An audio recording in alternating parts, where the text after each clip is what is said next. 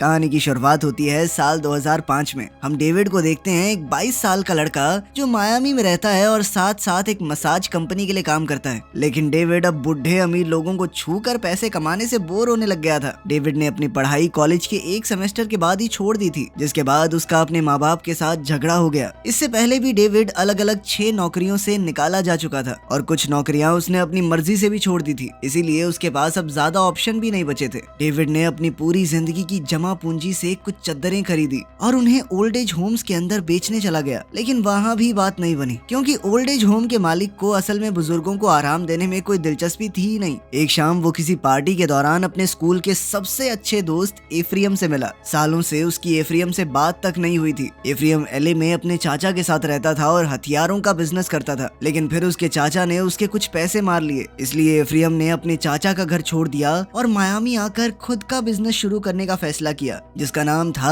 AEY। एक साथ गाड़ी में घूमते हुए वो हरा सामान खरीदने के लिए निकले, लेकिन एफ्रियम को उसके डीलर के घर के बाहर घूम रहे कुछ गुंडों ने बेवकूफ बना दिया और उसके पैसे छीन लिए। गुंडों को सबक सिखाने के लिए एफ्रियम ने अपनी गाड़ी की डिग्गी से मशीन गन निकाली और आसमान की तरफ ताबड़तोड़ गोलियां चलाने लगा, जिससे गुंडे डर कर वहाँ से भाग गए। मगर इस बात का डेविड पर गहरा असर पड़ा, क्योंकि वो लोगों के मुंह से बार बार अपनी बेइज्जती सुनकर थक चुका था और उसे वो लोग अच्छे लगते थे जिनके अंदर खुद के लिए खड़े होने का गुदा हो। अगले दिन डेविड एफ्रियम के ऑफिस चला गया और उसे काम करता देख तो डेविड की नजरों में उसके लिए इज्जत और ज्यादा बढ़ गई। एफ्रियम एक आर्मी ऑफिसर बनकर किसी से बात कर रहा था। ये दिखावा दरअसल इसलिए था ताकि वो पता लगा सके कि उसके कंपटीशन में लोग कौन से कॉन्ट्रैक्ट के पीछे पड़े हुए हैं, क्योंकि एफ्रियम सिर्फ इंटरनेट पर बंदूकें नहीं बेचता, बल्कि वो यूएसए की सरकार को भी बेचता है। एफ्रियम ने डेविड को बताया कि सरकार को बेचने में ही असली पैसा है, और क्योंकि डेविड उसका दोस्त है तो एफ्रियम उसे सब कुछ दिखाने भी लगा कि ये सब कुछ कैसे काम करता है। सरकार की वेबसाइट पर एफ्रियम ने बताया कि ये जो बड़ी बड़ी डील है ना, इनके अंदर नहीं घुसता मैं। ये कॉन्ट्रैक्ट बड़ी बड़ी कंपनियों को ही मिलते हैं। मैं जाता हूँ छोटी मछली के पीछे, और यहाँ पे छोटी डील्स भी करोड़ों की होती हैं और मुनाफा भी बहुत होता है इसमें। फिर एफ्रियम के साथ लंच करने के बाद डेविड घर लौट आया और तभी उसे पता चला कि उसकी बीवी लिज प्रेग्नेंट है। ये खबर सुनते ही वो घबरा सा गया, सोचने लगा कि मैं आने वाले बच्चे का खर्चा कैसे उठाऊंगा।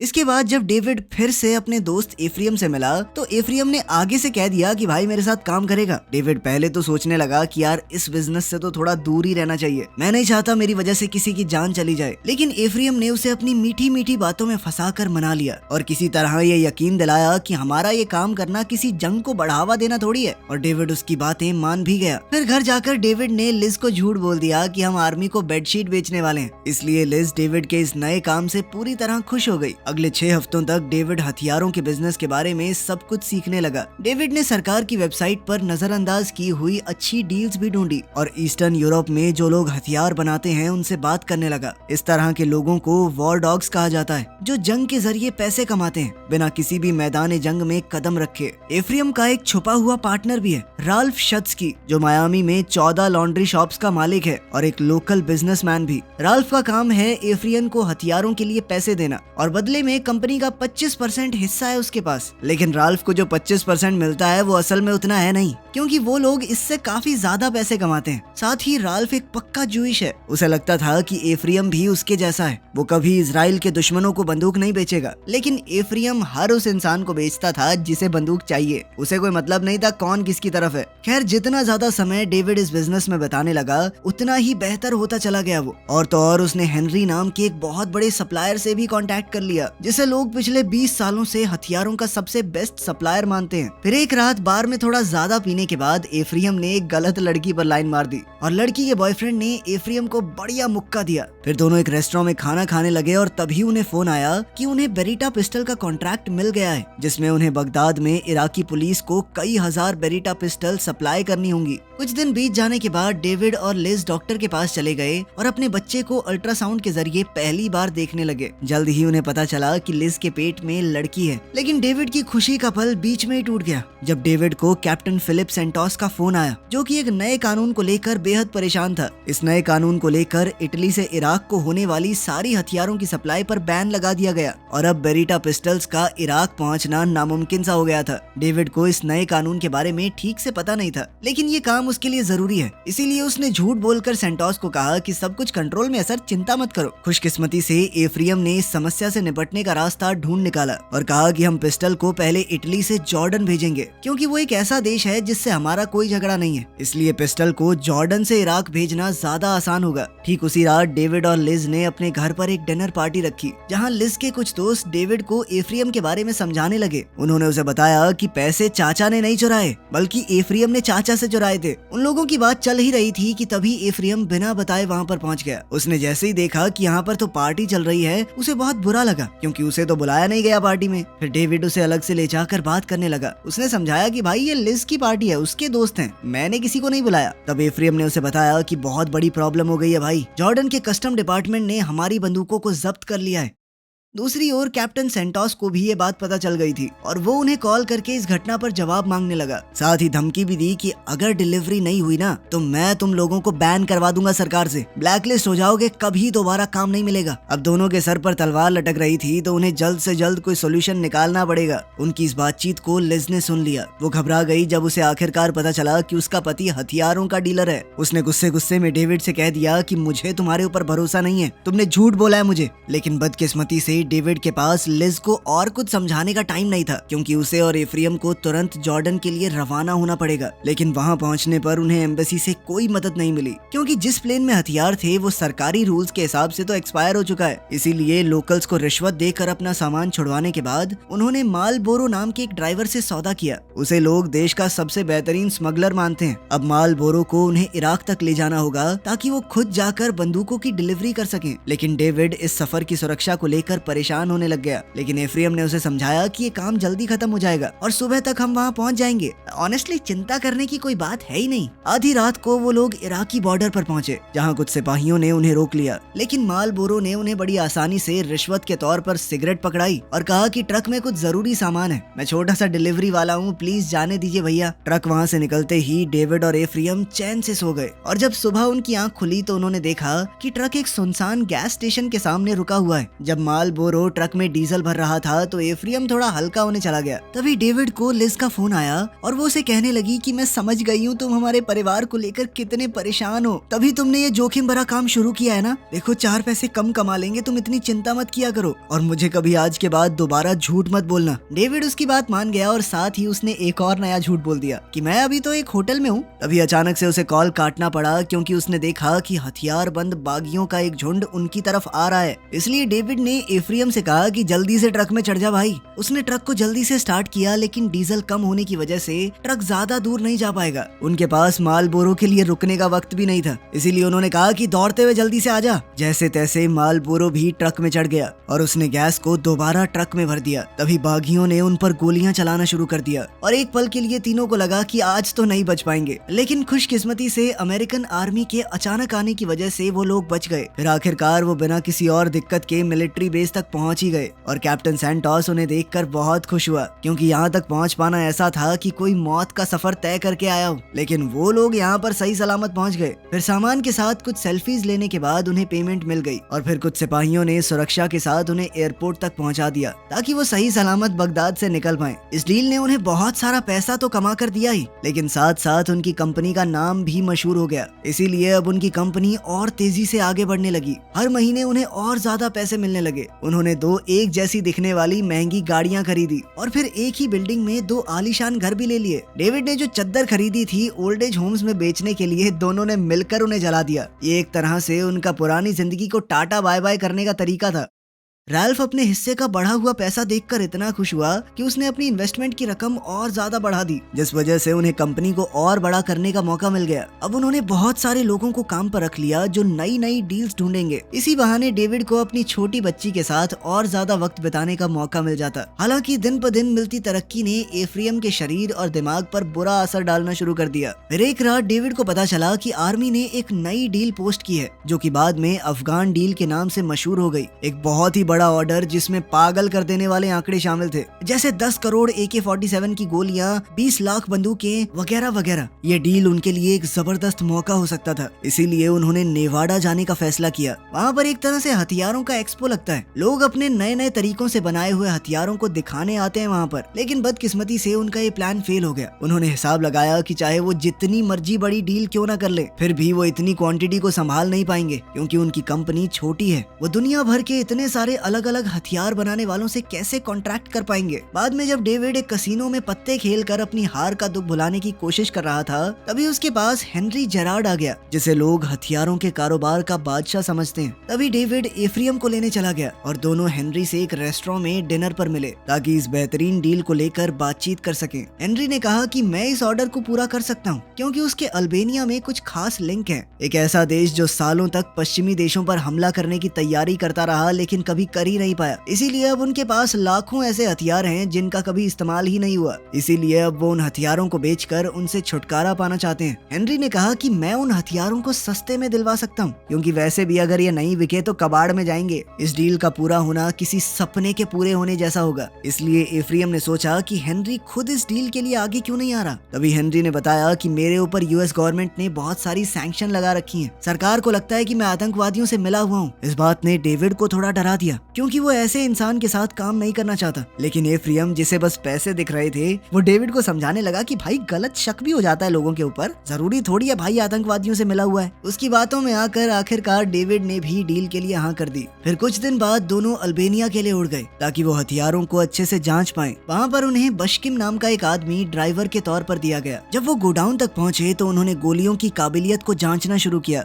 इतनी पुरानी होने के बावजूद भी गोलियां अच्छे से अपना असर दिखा रही थी। इसीलिए वो दोनों मायामी उड़कर आ गए और उन्होंने गोलियां खरीदने के लिए वेबसाइट पर बोली लगा दी। जवाब आते आते 5 महीने लग गए, लेकिन खुशकिस्मती से उन्हें डील मिल गई। लेकिन इतने बड़े काम को शुरू करने से पहले कंपनी को सरकार अच्छे से जांचती परखती है। इसीलिए डेविड और एफ्रियम ने कंपनी का आज तक का पेपर वर्क और हिसाब किताब, जो उन्होंने कभी किया ही नहीं था, सब कुछ झूठे तरीके से तैयार करवाना शुरू किया। 2 हफ्तों बाद वो रॉक आइलैंड चले गए ताकि यूएस मिलिट्री के उन ऑफिसर्स से मिल पाएं जिनकी निगरानी में आर्मी के सारे सामान की खरीद होती है। लेकिन दोनों इतने घबराए हुए थे कि बिल्डिंग में घुसने से पहले ही हरी घास फूंक कर गए ताकि खुद को शांत रख पाएं। लेकिन मीटिंग बढ़िया हो गई। उनके तैयार किए हुए नकली कागजों को भी हरी झंडी मिल गई। लेकिन एफ्रियम फिर भी गुस्से से भर गया क्योंकि उसे पता चला था कि उन्हें इस डील के लिए इसलिए चुना गया क्योंकि उन्होंने बाकियों के मुकाबले बहुत कम दाम लगाया है। मतलब कि वो लोग $5 करोड़ और मांग सकते थे। जब डेविड ने घर लौटकर लिज को बताया कि मैं 1 महीने के लिए अल्बेनिया जा रहा हूँ, तो लिज ने उसकी उम्मीद से बेहतर जवाब दिया क्योंकि वो खुद भी उनकी बेटी के साथ अपनी माँ के घर जाने वाली थी। डेविड ने कहा कि मम्मी के पास क्यों जा रही हो? इस पर लिज ने डेविड को उसकी इराक वाली तस्वीरें दिखाई। लिज बहुत ज्यादा गुस्से में थी क्योंकि डेविड ने उसे झूठ बोला था। उसे शांत करने की कोशिश में डेविड कसम खाने लगा कि ये आखिरी बार है, इसके बाद कभी झूठ नहीं बोलूंगा। लेकिन इस पर लिज ने उसे बताया कि मुझे एक और चीज के बारे में पता लग चुका है। मुझे कुछ पैसे के बंडल मिले थे जो तुमने सिंक के नीचे छुपा कर रखे थे बिना मुझे बताए। अब पानी लिज के सर से ऊपर जा चुका था। डेविड ने झूठ बोलने की सारी हदें पार कर दी थी उसके हिसाब से। इसीलिए अब लिज उनकी बेटी को लेकर वहाँ से चली गई। अल्बेनिया जाने से पहले एफ्रियम ने डेविड को कंपनी के लिए इतना कुछ कुर्बान करने के लिए शुक्रिया कहा और उसके बदले में उसे एक सोने का ग्रेनेड बॉम्ब दिया। तभी डेविड ने उसे पार्टनरशिप एग्रीमेंट दिखाया जिसे डेविड ने खुद लिखा था ताकि दोनों उस पर साइन कर सकें और सब कुछ दोनों के हाथों में रहे। साइन होने के बाद डेविड ने एग्रीमेंट को टेबल के अंदर रख दिया। हालांकि एफ्रियम ज्यादा खुश नहीं लग रहा था। अल्बेनिया पहुंचने पर डेविड को फिर से बशकिम मिला उनके ड्राइवर के तौर पर। वो लिज को बार बार फोन करने की कोशिश करता रहा लेकिन लिज उसके फोन का जवाब नहीं दे रही थी। जब सामान को ट्रक में लोड करके ले जाने की तैयारी हो रही थी, उसी वक्त डेविड को पता चला कि उनके साथ धोखा हुआ है। ये सारी गोलियां तो असल में चाइनीज हैं और यूएस की सरकार ने इन गोलियों पर बैन लगा रखा है। इस मसले के बारे में एफ्रियम को बताने के बाद दोनों ने सीधा हेनरी को फोन किया। लेकिन हेनरी कहने लगा कि अब तो ये तुम्हारी सिरदर्दी है भाई, तुम्हें खरीदने से पहले सारी गोलियां चेक करनी चाहिए थी। अब डेविड अल्बेनिया में बुरी तरह फंस गया था। अब वो ईस्टर्न यूरोप के अलग अलग डीलर्स को ढूंढने की कोशिश करने लगा। कुछ दिन बाद एफ्रियम उनके होटल में पहुंचा और कहने लगा कि मेरे पास एक आइडिया है। हम गोलियों को दोबारा पैक करेंगे लेकिन किसी और डब्बे के अंदर। यूएस की सरकार को कभी पता नहीं चलेगा कि ये गोलियां कौन से देश की हैं और फायर बोर्ड से बने डब्बों का इस्तेमाल करके हम काफी पैसे बचा सकते हैं। ये गैर कानूनी तो होगा लेकिन इस डील में इतने ज्यादा पैसे हैं कि हम इसे छोड़ नहीं सकते। इसके बाद बाशकिम ने उन्हें अपने एक दोस्त से मिलवाया जिसका नाम है एनवर, जो कि एक पैकेजिंग कंपनी का मालिक भी है। उन्होंने एनवर को चाइनीज प्रॉब्लम के बारे में नहीं बताया, सिर्फ ये कहा कि वो अपने सामान का वेट कम करना चाहते हैं। एनवर ने इस काम के लिए $1 लाख मांग लिए, जो उनके लिए डील बचाने और एक्स्ट्रा पैसे कमाने के सामने एक बहुत छोटी रकम थी। फिर 8 दिसंबर 2007 को उन्होंने अफगानिस्तान में आर्मी को पहले 50 लाख गोलियां बिना किसी दिक्कत के पहुंचा दी। कुछ दिनों बाद क्रिसमस के दिन लिज ने डेविड को वीडियो कॉल पर अपनी बच्ची को देखने देखने दिया, लेकिन ये उसके साथ होने वाली आखिरी अच्छी चीज बन गई, क्योंकि अब उनकी जिंदगी में जबरदस्त ट्विस्ट आने वाला था। उसी रात एफ्रियम ने यूएस ऑफिशियल्स को कॉल करके बताया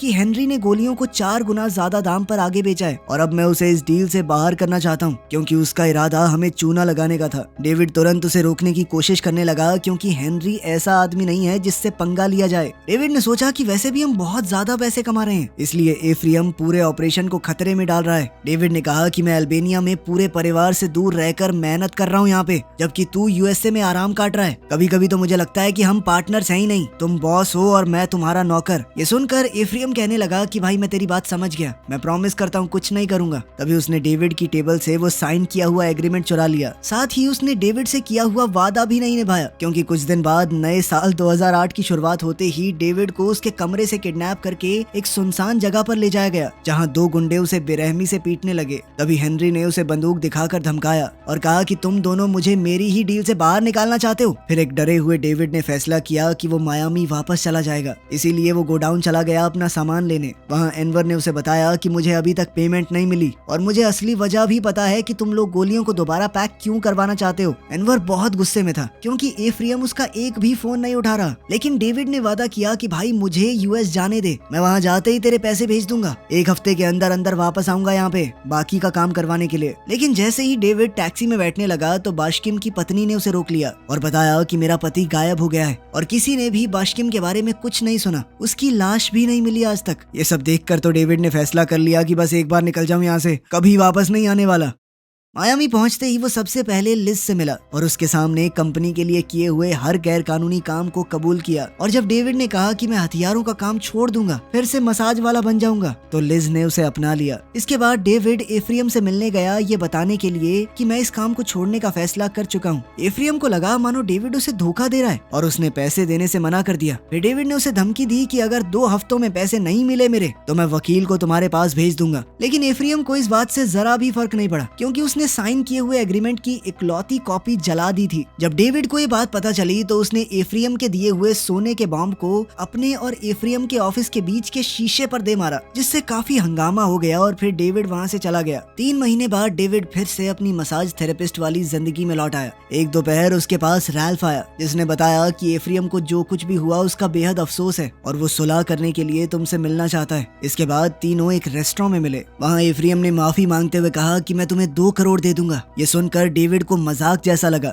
उसे अपनी बेइज्जती लगी, उसे बहुत गुस्सा आया और अब वो राल्फ को उन सभी गैर कानूनी कामों के बारे में बताने लगा जो उन्होंने उसके दिए हुए पैसों से किए थे और किस तरह वो उसे जितना कमाते थे उससे बहुत कम पैसे दिया करते थे। डेविड ने कहा कि मेरे लैपटॉप में सारे सबूत हैं, इसीलिए अगर मैं चाहूँ तो आसानी से एफ्रियम को सड़क पर ला सकता हूँ। लेकिन एफ्रियम को अभी भी ज्यादा फर्क नहीं पड़ा, क्योंकि अगर उसका नाम सामने आया तो डेविड का भी तो आएगा, क्योंकि कंपनी के सारे कागजों पर उसका भी नाम है। और फिर ये मीटिंग बिना किसी समझौते के खत्म हो गई। थोड़ी देर बाद डेविड को न्यूयॉर्क टाइम्स से फोन आया। वो उसके साथ एक इंटरव्यू करना चाहते थे, चाइनीज गोलियां जो दोबारा पैक की गई थी उनके बारे में। लेकिन डेविड ने कहा कि मुझे इस बारे में कुछ नहीं पता और फोन काट दिया। लेकिन अब डेविड परेशान होने लग गया, क्योंकि इसका मतलब था कि जानकारी बाहर आ चुकी है और अब तो वो भी मुसीबत में पड़ जाएगा। लिज से ये वादा करने के बाद कि वो लॉयर को फोन करेगा, डेविड को लिफ्ट में एफ्रियम मिल गया, क्योंकि उसे भी तो फोन आया था। एफ्रियम अब दोबारा से स्कूल का वही पुराना दोस्त बन गया। वो डेविड को इमोशनल करने की कोशिश करने लगा, लेकिन डेविड ने उस पर भरोसा नहीं किया और उसे एक जोरदार मुक्का मारा, क्योंकि डेविड समझ गया था कि वो कभी सच्चे दोस्त थे ही नहीं। वो हमेशा से एफ्रियम के लिए सिर्फ एक जरिया था पैसे कमाने का।